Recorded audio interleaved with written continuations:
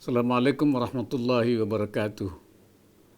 Bismillah, alhamdulillah, wassalatu wassalamu ala rasulillah wa ala alihi wa sahbihi wa mawalah.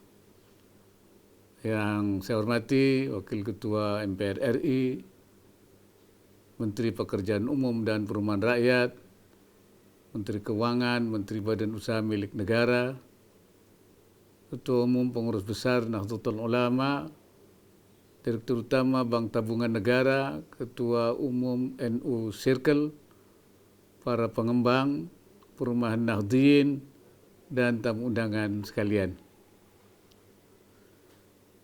Puji syukur, mari kita panjat kehadirat Allah Subhanahu wa Ta'ala yang telah melimpahkan rahmat dan karunia-Nya kepada kita semua, sehingga pada hari yang berbahagia ini kita dapat menghadiri acara pembukaan seminar dan sarasehan nasional Himpunan Pengembang Nusantara tahun 2020. Hadirin yang berbahagia, pada kesempatan ini saya ingin menyampaikan terima kasih dan apresiasi kepada seluruh pihak yang telah berkontribusi dalam upaya untuk mengurangi angka backlog perumahan di Indonesia. Apresiasi khusus saya sampaikan kepada Ketua Umum PBNU dan segenap panitia setelah berinisiatif mengadakan seminar dan sarasehan nasional Himpunan Pengembang Nusantara sebagai wadah silaturahim dan kolaborasi para pengembang perumahan Nahdliyin. Ini merupakan suatu kebanggaan tersendiri bagi saya karena dapat berkumpul di tengah-tengah kaum Nahdliyin yang berjuang untuk memfasilitasi masyarakat, terutama golongan menengah ke bawah, untuk memiliki tempat tinggal yang layak. Hal ini juga merupakan pengamalan prinsip upaya perbaikan untuk umat, islahul ummah, dalam penyediaan perumahan sebagai bagian dari gerakan perbaikan Harakatul Islah yang dilakukan oleh Nahdlatul Ulama. Hadirin yang berbahagia, pemerintah percaya membangun rumah untuk rakyat tidak hanya akan berdampak positif terhadap pertumbuhan ekonomi, tapi juga sekaligus meningkatkan kualitas hidup masyarakat.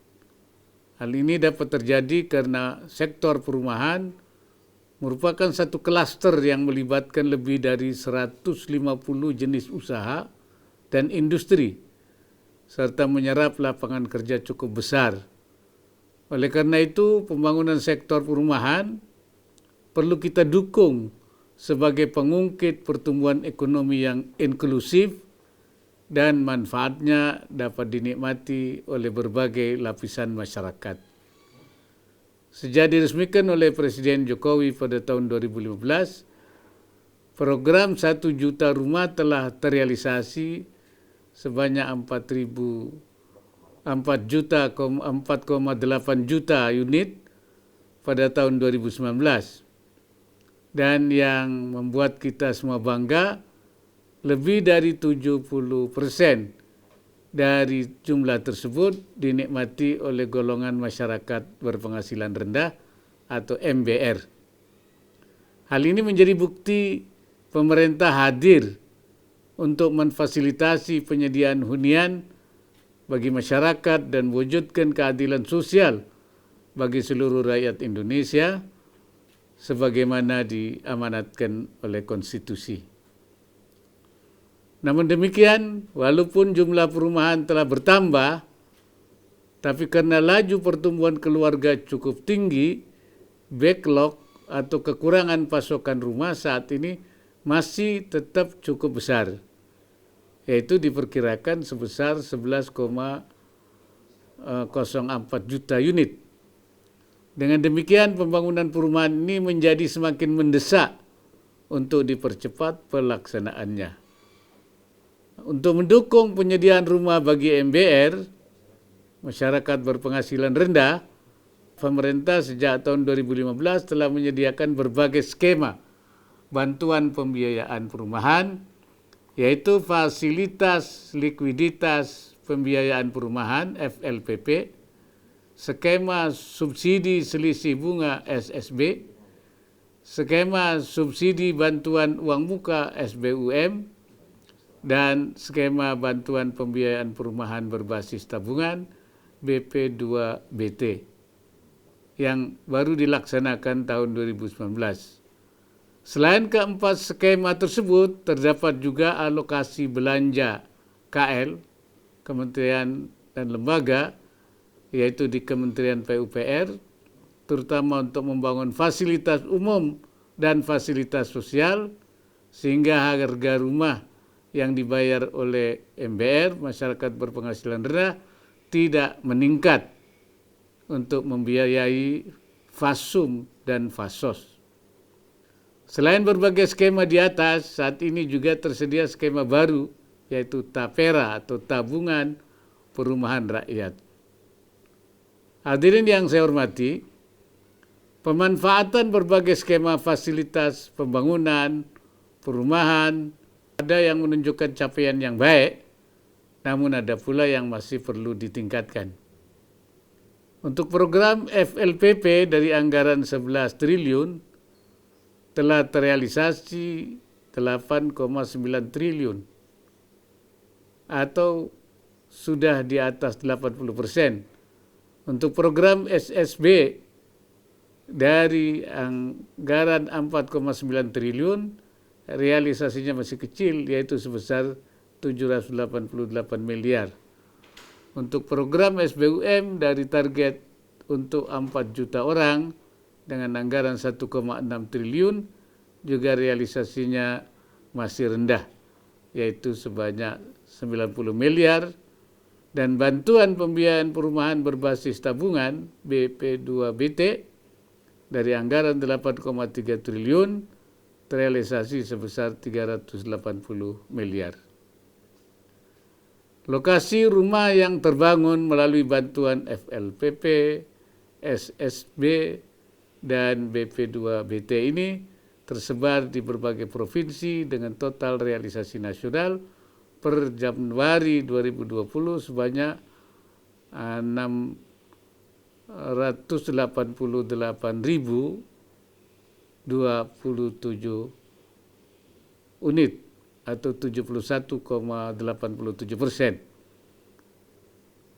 Untuk tahun 2021 dalam RUU APBN 2021 dialokasikan pembiayaan perumahan sebesar 30 triliun, yaitu skema subsidi untuk SSB sebesar 5,9 triliun, dan untuk SBUM sebesar 630 miliar, pembiayaan dari KL sebanyak 6,7 triliun, dan FLPP sebesar 16,6 triliun untuk sekitar 127,5 ribu unit rumah.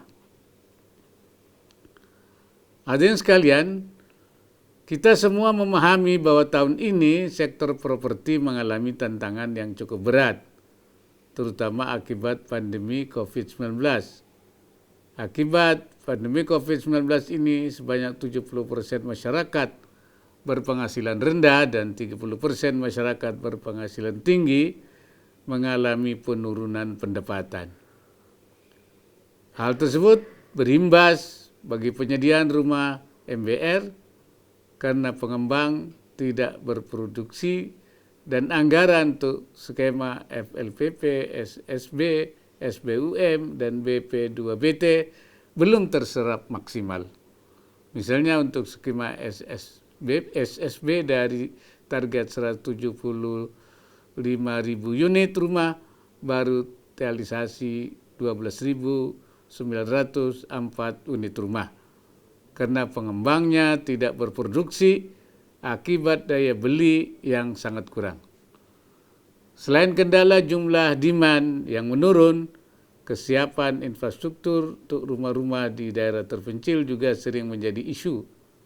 Infrastruktur yang seharusnya menjadi kewajiban pemerintah daerah seperti listrik dan air sering tidak tersedia. Akibatnya rumah telah selesai dibangun, tapi fasilitas umumnya masih sangat terbatas. Kesediaan infrastruktur pendukung perumahan perlu menjadi bagian dari program pembangunan rumah.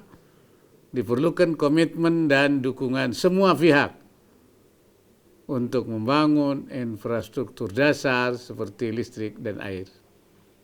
Hadirin yang saya hormati, untuk mengatasi permasalahan pemenuhan perumahan yang kebutuhannya cukup besar, perlu ada upaya percepatan untuk memenuhi pembangunan rumah bagi MBR, masyarakat berpenghasilan rendah. Saat ini pemerintah sedang mengkaji lebih lanjut skema subsidi dan intervensi pemerintah yang lebih tepat, termasuk antara lain kemungkinan penggunaan sisa anggaran skema SSB dan SBUM tahun anggaran 2020, penggunaan tanah-tanah negara untuk pembangunan perumahan, pemanfaatan tapera, dan integrasinya dengan skema-skema pembiayaan perumahan lainnya, serta reformasi Perumnas. Pada masa pandemi ini dan juga dalam upaya pemulihan ekonomi diharapkan pembangunan perumahan khususnya bagi MBR menggunakan skema padat karya agar memberikan pekerjaan dan manfaat langsung kepada masyarakat. Selain itu, seluruh pembangunannya agar menggunakan bahan dan material produksi dalam negeri dan bahkan bahan bangunan hasil industri lokal.